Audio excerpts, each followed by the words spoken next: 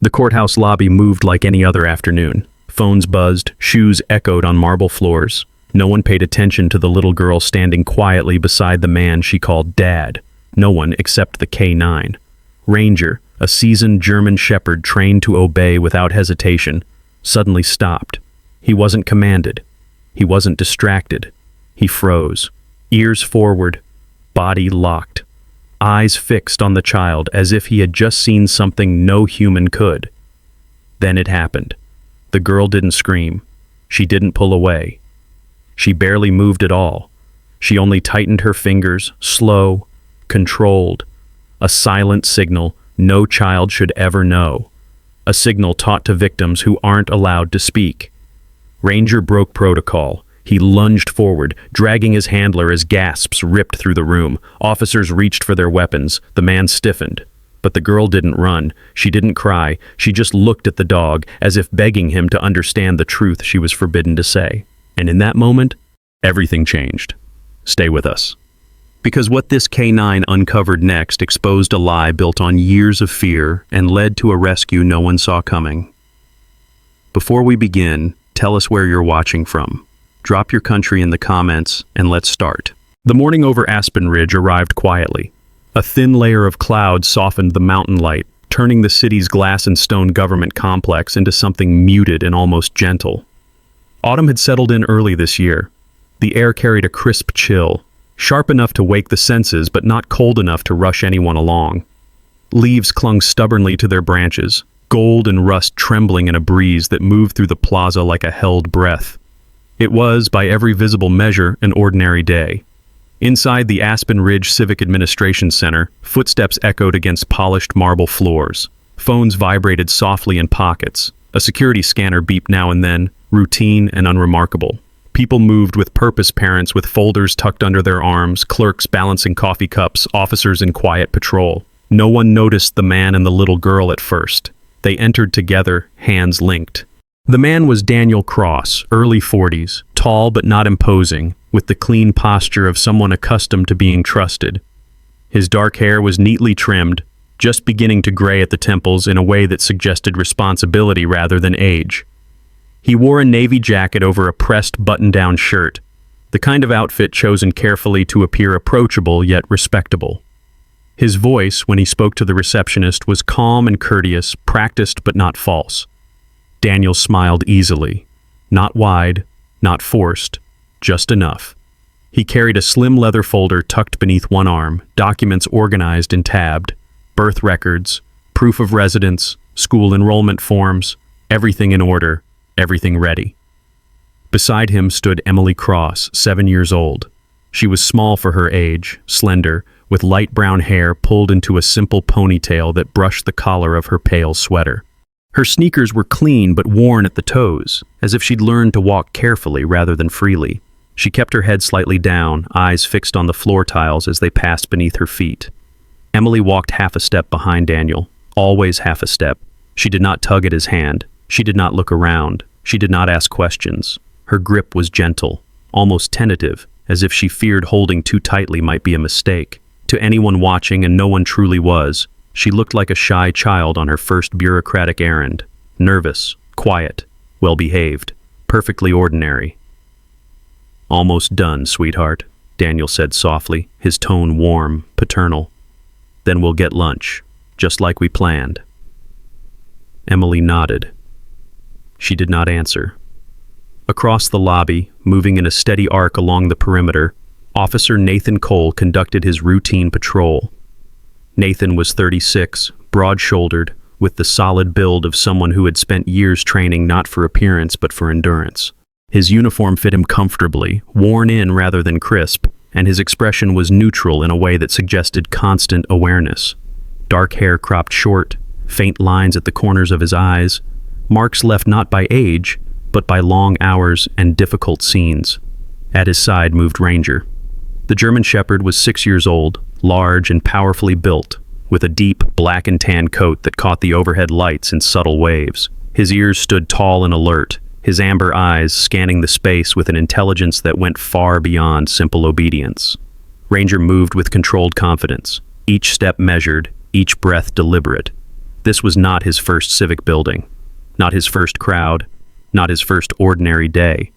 Nathan trusted Ranger the way one trusts instinct after it has proven itself too many times to count. The dog had saved lives, quietly, efficiently, without ceremony. Explosives discovered before detonation. A concealed weapon found before it was drawn. A missing child once located after hours of fruitless searching. Ranger did not make mistakes. They passed the check-in counters once, then again. And then Ranger stopped. Not abruptly, not dramatically. He simply ceased moving. Nathan felt the change through the leash before he saw it. The subtle tension. The shift of weight. Ranger's body stiffened, muscles tightening beneath his coat as if an invisible line had been drawn straight through his spine. "Easy," Nathan murmured under his breath, slowing instinctively. "What is it, buddy?" Ranger did not respond. His ears angled forward, his head lifted slightly. His eyes locked onto a point across the lobby. Emily Cross. The little girl stood beside Daniel at the counter, her shoulders relaxed but her posture oddly contained. Ranger did not bark. He did not growl. He did not pull. He stared. And in that stillness, something changed. Nathan followed the line of Ranger's gaze, scanning for the obvious first. A bag left unattended. A hand slipping into a coat pocket. A face turned too quickly away. Nothing. Just a man and his child. "Ranger," Nathan tried again, softer now. "Talk to me." Ranger's breathing slowed, his tail lowered, not in fear, but in focus. Nathan had seen this posture before, and every time it preceded something serious. This wasn't curiosity, this wasn't distraction. This was alertness. Across the lobby, Daniel laughed quietly at something the clerk said, nodding politely. He rested one hand lightly on Emily's shoulder, guiding her a fraction closer. Emily flinched. It was small, almost imperceptible, but Ranger saw it. Emily's fingers curled into the fabric of her sweater. Not a fidget, not nervous energy. The motion was controlled, deliberate. She tightened her grip once, then again, then a third time. Slow, even, precise. Ranger inhaled sharply. Nathan's chest tightened. A memory surfaced, uninvited and unwelcome. A briefing room. Years ago. A social worker speaking to a room full of officers about coercive control, about children taught not to scream, not to run, about fear expressed not in chaos, but in compliance. "The quiet ones are the hardest," the woman had said. "They don't resist, they disappear." Nathan swallowed. "Ranger," he whispered. The dog took one step forward. Nathan felt it through the leash. Light, but undeniable. Ranger's focus sharpened, his body angling subtly between Daniel Cross and the little girl. A woman standing near the elevators, a social services coordinator, mid-50s, hair pulled back in a tight bun, paused in her conversation. She frowned slightly, eyes flicking from Daniel to Emily, then to the dog. Something tugged at her awareness. She couldn't say what, couldn't explain it, just a feeling. Emily shifted her weight, still looking at the floor. Her free hand rose briefly, fingers brushing her sleeve. Ranger's ears twitched. Nathan's pulse quickened. Daniel noticed the dog then. Dog.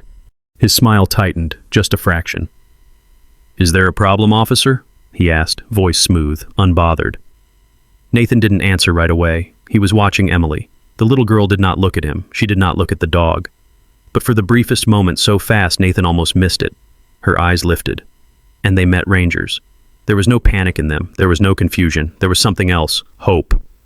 Ranger exhaled through his nose, a low sound that vibrated with restraint. He did not move again. He didn't need to. Nathan rested his hand more firmly on the leash, his instincts fully awake now.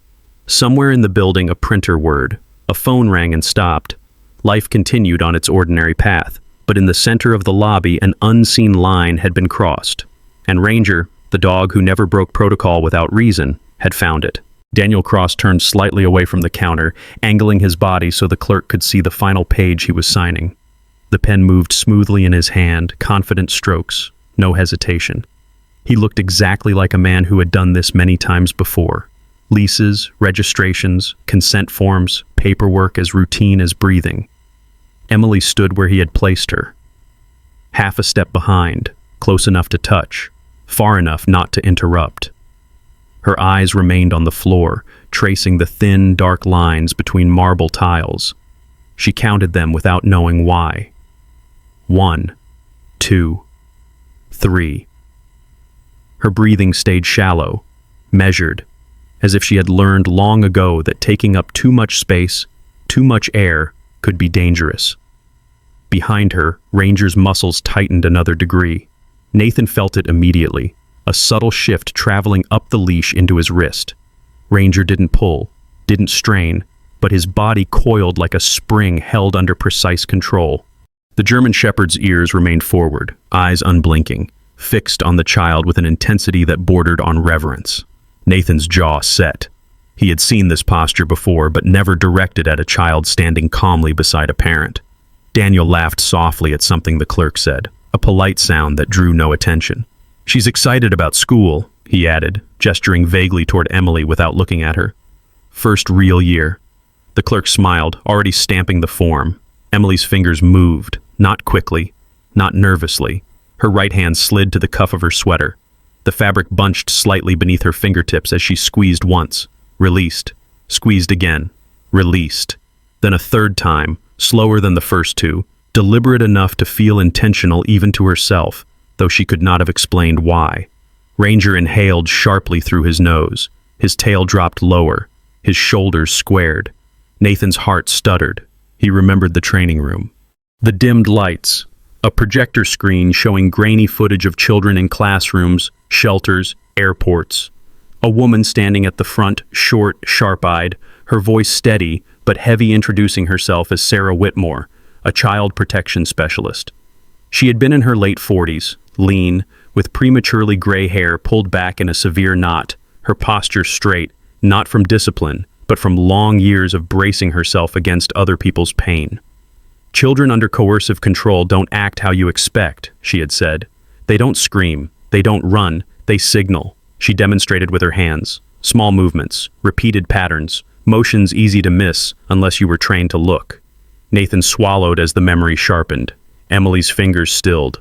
Ranger took one slow step forward. It was barely noticeable, but Nathan caught it. He adjusted his stance automatically, widening his feet, grounding himself. His hand slid down the leash, not tightening, just anchoring. "Ranger," he murmured, voice barely above breath. The dog didn't look away. Daniel finished signing and turned back around, his expression unchanged. He rested his hand briefly on Emily's shoulder, the gesture light enough to look affectionate, firm enough to be controlling. Emily's body responded before her mind did. Her shoulders drew in a fraction, her chin dipping lower. Ranger's lips pulled back just enough to reveal the edge of his teeth, not a snarl, a warning held in reserve. Nathan's pulse began to pound in his ears. Across the lobby, the social services coordinator, Linda Morales, mid-50s, average height, soft features framed by tired eyes, shifted her weight from one foot to the other. Linda had spent 23 years working with families on the edge of collapse. She had learned to trust unease even when she couldn't justify it. She watched the man, the child, the dog. Something felt misaligned.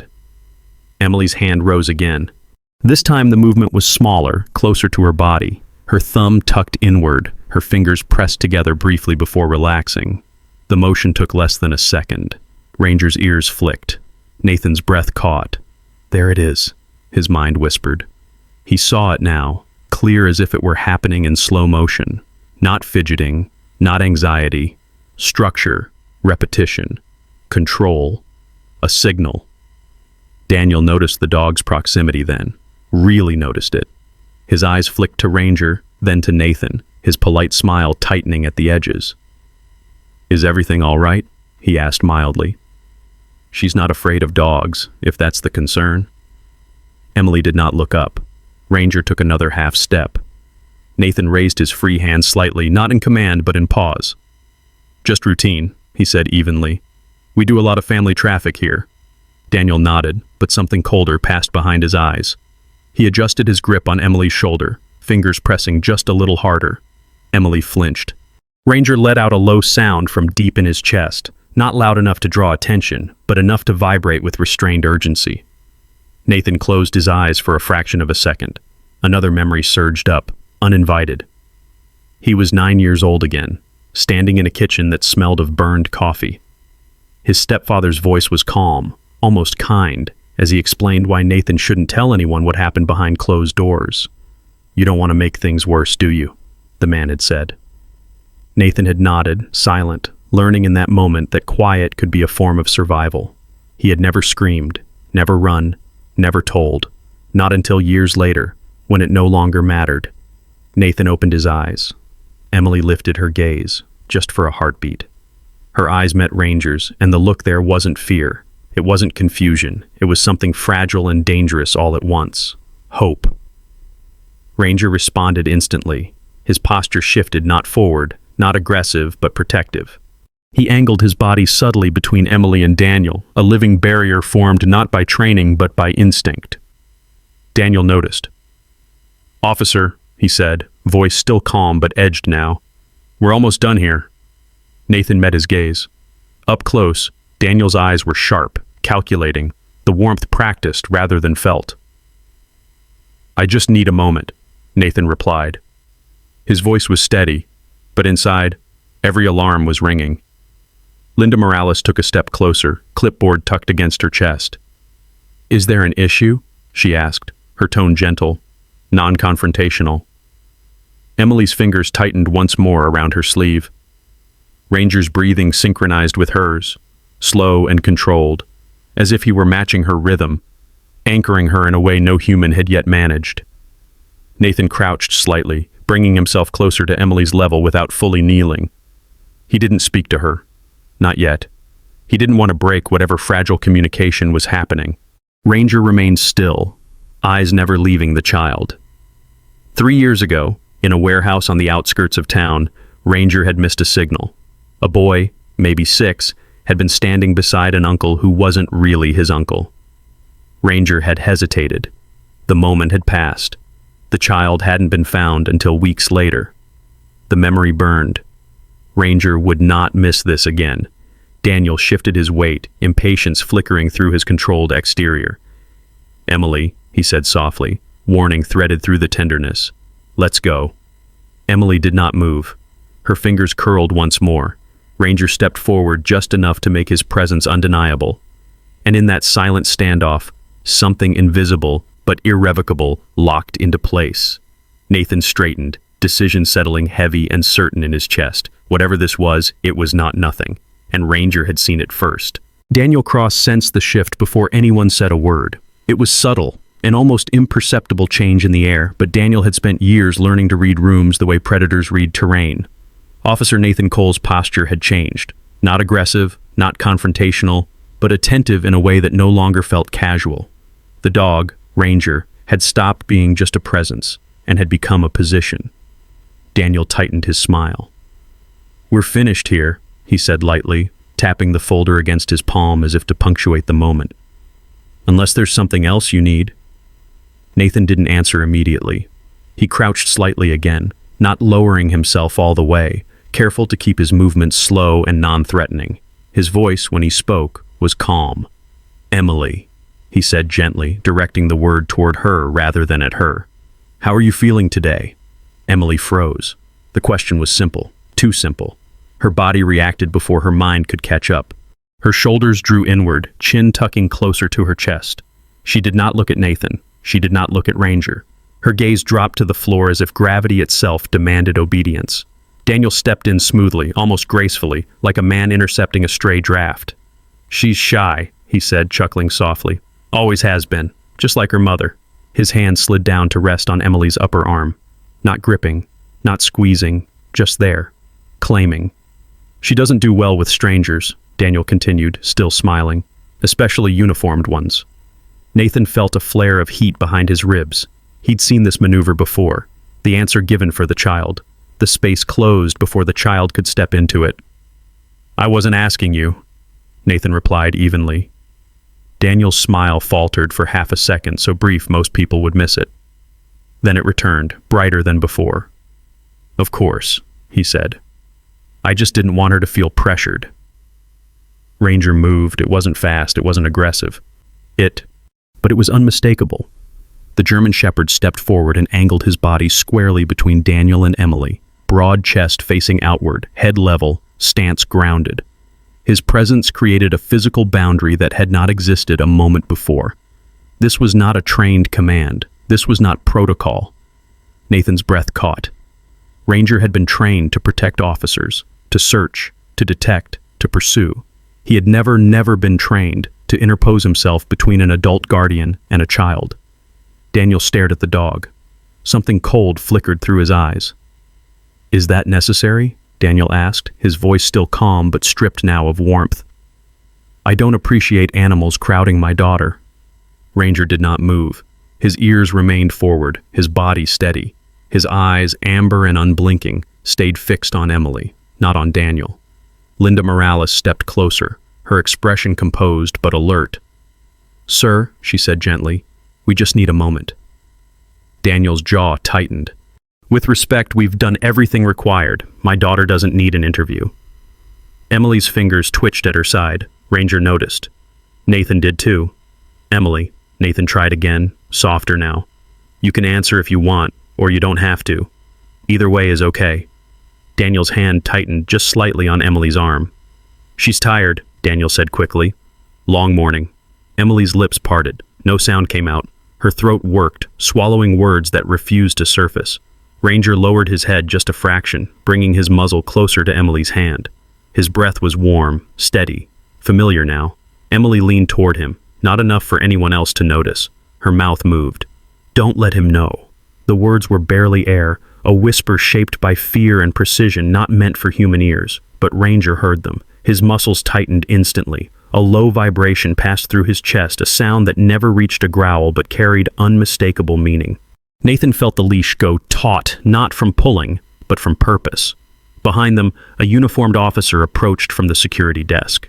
Officer Lucas Reed, late 20s, lean build, sharp-featured with a perpetually serious expression, carried a tablet under his arm. Lucas had transferred from records 6 months earlier and still moved with the cautious intensity of someone used to screens rather than streets.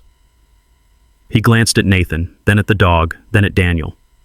"Got something," Lucas said quietly, keeping his voice low. Ran the name. Nathan didn't look away from Emily. "And?" Lucas hesitated. "There's no original birth certificate on file for Emily Cross in Colorado. Nothing state-issued, just secondary documentation." Nathan's stomach dropped. Daniel's eyes flicked to Lucas, then back to Nathan. "Is there a problem?" he asked, tone sharpening. Lucas continued. "Also, Daniel Cross isn't his original name. He changed it once 8 years ago, then again 2 years after that. Different states, same birth date." The lobby felt smaller suddenly. Daniel laughed a short, humorless sound. "People change names all the time," he said. "Divorce, family reasons." Ranger took another step forward. Daniel's voice hardened. "Call your dog off." Nathan didn't move. Emily's breathing quickened. Her fingers brushed Ranger's fur just barely. Ranger stayed. Linda Morales felt the weight of the moment settle into her chest. She'd seen fear before. But this was contained fear, conditioned fear, the kind that learned silence was survival. "Sir," she said carefully, "we're going to need you to step aside for a moment." Daniel's hand dropped from Emily's arm. Not because he wanted it to, because Ranger's presence made it impossible. Daniel straightened, his posture suddenly rigid. "On what grounds?" Nathan finally stood fully. "On the grounds that your daughter hasn't spoken a single word since you arrived," he said evenly. "And every time we address her, you answer for her." Daniel's eyes narrowed. "She's a child." "So am I," Nathan replied quietly, and surprised himself with the truth of it. Ranger shifted again, pressing his shoulder slightly closer to Emily, a silent shield. Emily's eyes lifted just enough to meet Nathan's for the first time. They were wet, not with tears, with restraint. Daniel took a step back. Not retreat, calculation. "This is unnecessary," he said, voice flat now. "You're making a mistake." Nathan held his ground. Ranger did not move, and in that moment, the man who never let the child speak realized he no longer controlled the room. Daniel Cross made his move the moment he realized the room had turned against him. It wasn't sudden. It wasn't loud. It was calculated. He reached for Emily's hand with the same practiced calm he had used all morning, fingers closing around her wrist just firmly enough to guide without appearing forceful. "We're leaving," he said, tone clipped, no longer bothering to sound warm. "This has gone far enough. Emily's body reacted instantly. Her feet stumbled half a step behind him, the familiar pattern reasserting itself. Follow, don't resist, don't draw attention. Her breath came shallow and fast now, panic breaking through the discipline she had learned. Nathan stepped forward. Sir, you need to stop. Daniel didn't look back. She's my daughter, he said flatly. You have no right. Ranger moved. The German Shepherd surged ahead of Nathan, muscles exploding into motion with controlled force. He cut across the open space of the lobby and planted himself directly in Daniel's path, broad chest squared, legs braced, tail low and rigid. His bark cracked through the air, sharp, commanding, unmistakable. It was a full protocol break. Gasps rippled through the lobby. People stepped back. A security alarm chirped once, uncertain, as if the building itself didn't know how to respond. Ranger! Nathan shouted, reflexively tightening the leash. But Ranger did not retreat. He had not attacked. He had not lunged. He had blocked. Daniel froze. His grip tightened involuntarily on Emily's wrist. Get your dog away from me, he snapped, the veneer finally gone. His face flushed, eyes bright with something close to panic. Two uniformed security officers rushed in from the metal detectors. One was Evan Brooks, early 40s, heavyset, shaved head, moving with the cautious authority of someone trained to de-escalate before drawing force. The other, younger and slimmer, hovered behind him, hand near his radio. Sir, Evan said, voice firm but controlled, I need you to release the child. Daniel laughed, a sharp, brittle sound. This is insane. Emily made a sound then, not a word, a sob. It tore out of her chest without warning, raw and broken, cutting through the noise like glass. Her knees buckled slightly as tears spilled down her cheeks for the first time since she had entered the building. Ranger's posture shifted instantly. His bark stopped. He lowered his head and stepped closer to Emily, placing his body between her and Daniel more completely now, a living wall of fur and muscle. His breathing slowed deliberately, grounding, as if inviting her to match it. Emily clutched at Ranger's fur. Daniel yanked his hand back, shocked. Emily, he hissed. Stop. Nathan was there now, his hand steady on Emily's shoulder, not restraining, not pulling, just present. It's okay, he said quietly. You're safe. Emily shook her head violently, tears blurring her vision. Her voice came out thin, fractured. He said... She swallowed hard, words snagging in her throat. He said if I talked, my mom would disappear. The lobby fell silent. Even Daniel stopped breathing. Linda Morales felt the weight of the sentence hit her like a physical blow. She had heard variations of it before, threats dressed as promises, fear disguised as protection, but never from a voice so small. Daniel's mouth opened. That's not enough, Nathan said sharply. Emily's shoulders shook as the truth spilled out, unstoppable now that the dam had cracked. He said she already left because she talked too much. He said if I was good, if I stayed quiet, nothing bad would happen. Ranger pressed closer, his flank warm against her legs. Lucas Reed stood frozen, tablet forgotten at his side. Nathan turned slowly toward Daniel. Your name isn't Daniel Cross, he said, and Emily isn't your daughter. Daniel's eyes darted toward the exit. Ranger noticed. He shifted his stance, claws gripping the marble. Linda spoke softly, carefully. Emily, she said, lowering herself to the child's level, can you tell me about your mom? Emily wiped her nose with the back of her sleeve, voice trembling. Her name was Rachel, she whispered. She had long hair. She used to sing when she cooked. Her face crumpled. She went away one night. He said she didn't want me anymore. Daniel stepped back, shaking his head. This is absurd. She's confused. Nathan's voice was steel now. Rachel Miller disappeared 5 years ago, he said. No body, no confirmed sightings, just a boyfriend who moved states and changed his name. Daniel lunged toward the door. Ranger reacted instantly, launching forward and cutting him off again, barking once, deep and thunderous. Evan Brooks and the other security officer closed in, hands out, weapons still holstered but ready. Sir, Evan warned, do not move. Daniel's shoulders slumped, not in surrender, but in calculation failing. Emily clung to Ranger, sobbing openly now. He told people I was his, she cried. He said no one would ask questions. Linda's face hardened with quiet fury. She understood now. Emily hadn't been taken violently. She had been absorbed, rewritten into someone else's story under the guise of family. Nathan crouched beside Emily. "Emily," he said gently, "your mom didn't disappear because she talked." Emily looked up at him, eyes red and pleading. "She disappeared because someone didn't want her to be heard," Nathan continued. "And that wasn't your fault." Daniel laughed again, but this time it was hollow. "You don't know what you're talking about," Ranger growled low, sustained, warning of no return. Evan Brooks moved decisively, gripping Daniel's arm and pulling it behind his back. "Sir, you're being detained," he said. "You have the right to remain silent." Daniel resisted briefly, then went still. Emily's cries slowed, exhaustion settling in. She leaned fully into Ranger now, small hands buried in his fur, as if anchoring herself to something real for the first time. Nathan stood, eyes never leaving Daniel as he was escorted away. He felt no triumph, only a grim certainty. The truth had been buried under a name, and a child had paid the price. The moment the elevator doors closed behind them, Daniel Cross broke. What composure he had left inside the administrative building evaporated. The second cold air hit his face. Outside, Aspen Ridge looked deceptively calm. Late afternoon clouds drifting low over the foothills. Pine-scented wind moving through the trees lining the Civic Plaza.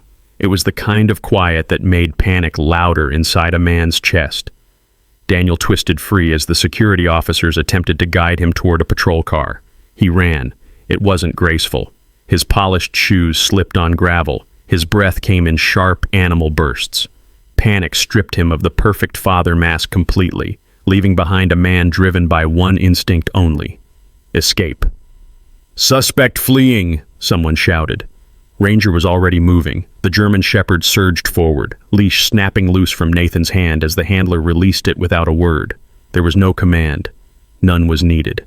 Ranger was 6 years old, built powerfully but lean, his black and tan coat rippling as muscle memory took over. His amber eyes never left Daniel's back. To Ranger, this wasn't a chase fueled by anger. It was focus distilled into motion, a straight line between threat and stop. Daniel veered off the paved road toward the tree line bordering the edge of town, crashing through low brush and into the narrow stretch of woodland locals used for jogging trails and dog walks. The terrain sloped downward, pine needles slick beneath his feet, roots breaking the ground unevenly. Nathan followed, lungs burning, boots pounding dirt. He had chased suspects before, but never like this. Never with silence instead of shouting, instinct instead of tactics. Behind them, Officer Luke Harper struggled to keep up. Luke was barely 24, fresh out of the academy, tall and narrow with a boyish face that still hadn't learned to hide emotion. This was his first real pursuit involving a K9, and his heart hammered with equal parts fear and awe as he watched Ranger move like something born for this exact moment. Ranger closed the distance without sound. No barking, no growling, just breath, earth, and the rhythm of pursuit. Daniel glanced back once, and that was his mistake. He didn't see the fallen branch until his foot caught. He went down hard, tumbling shoulder first into damp leaves. He scrambled, crawling now, panic breaking into something close to hysteria. "Stay back!" he screamed, voice cracking. "Stay back!" Ranger burst from the trees and stopped 5 feet away. He did not leap. He planted himself low, centered, blocking Daniel's path forward. His chest rose and fell steadily. His ears were forward. His body was a living boundary. Daniel froze, hands shaking as he pushed himself backward. "Get it away from me," he pleaded, voice thin now, exposed. "I didn't hurt her." Ranger stepped closer, not fast, not slow. Deliberate. Nathan emerged seconds later, weapon still holstered, breathing hard. He raised one hand not at Daniel, but toward Ranger. Not a command, a promise. "Good boy," he said quietly. Daniel lunged suddenly to the side, trying to break past the dog. Ranger reacted instantly. He moved in a controlled blur, shoulder slamming into Daniel's torso, knocking him back into the dirt. Ranger's jaws closed, not on flesh, but on fabric, gripping the sleeve of Daniel's jacket with practiced precision. No shaking, no tearing, just enough pressure to pin, to end motion. Daniel screamed once, then went still. Nathan was on him, knee to the ground, cuffs clicking closed around Daniel's wrists. There was no triumphant declaration, no raised voices, just the sound of breathing slowing, adrenaline bleeding out into the forest floor. "It's over," Nathan said quietly. Daniel stared at the sky through branches, chest heaving.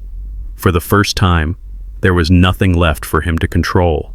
Luke Harper stood a few steps back, frozen, watching Ranger release the sleeve on Nathan's signal and step aside. Luke's hands trembled slightly. He waited, Luke said under his breath. He didn't even hurt him. Nathan looked at Ranger, pride and something heavier in his eyes. "That's the job," he replied. Back at the edge of the woods, an ambulance idled. Emily sat wrapped in a thermal blanket, knees tucked up to her chest. Her face was pale, eyes swollen from crying, but she was awake. A paramedic hovered nearby, checking vitals, while Sarah Whitfield, a middle-aged female EMT with cropped auburn hair and a calm maternal presence, knelt beside her, speaking softly. Emily kept looking past everyone, waiting. When Ranger appeared through the trees, mud on his legs, tongue lolling slightly from exertion, Emily inhaled sharply and broke free of the blanket. She ran to him. No hesitation, no fear. She wrapped both arms around Ranger's neck, burying her face into his fur.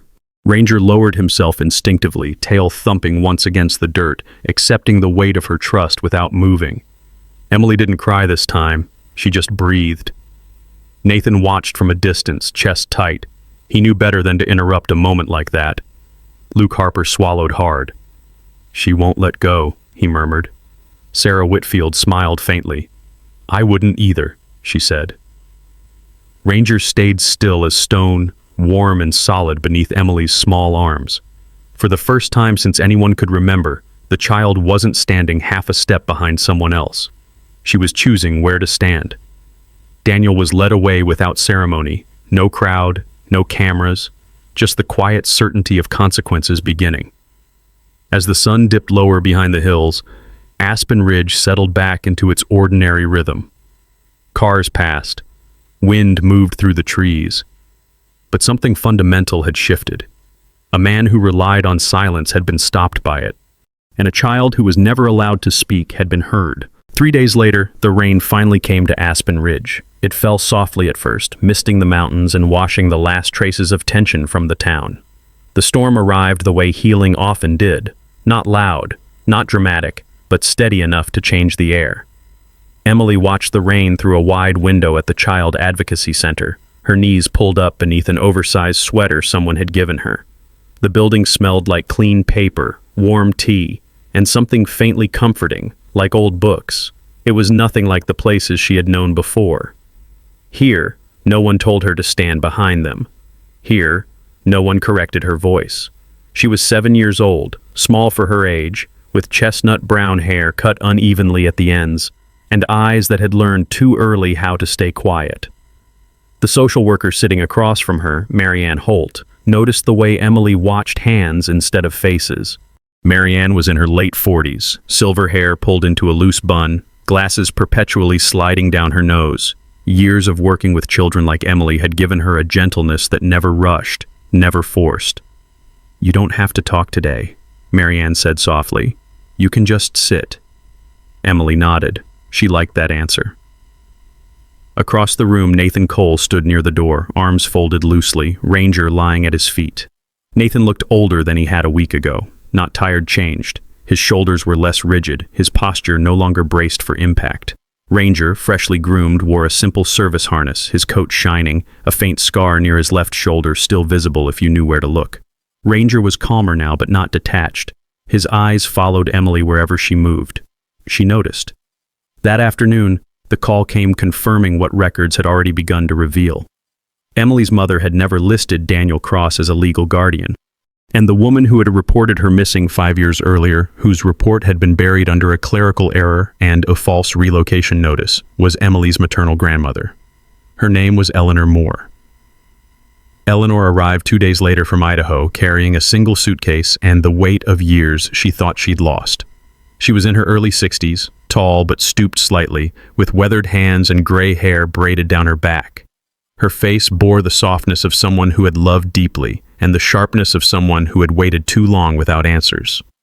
When she saw Emily, she didn't rush, she knelt. Emily stared at her for a long moment, eyes searching. Eleanor didn't reach out. She simply waited, hands resting on her knees. "I'm your grandma," she said quietly. "I've been looking for you."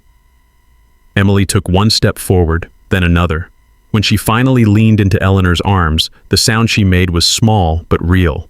Eleanor held her as if she might disappear again, tears slipping silently down her face. Nathan turned away, throat tight. Daniel Cross did not get to watch any of this.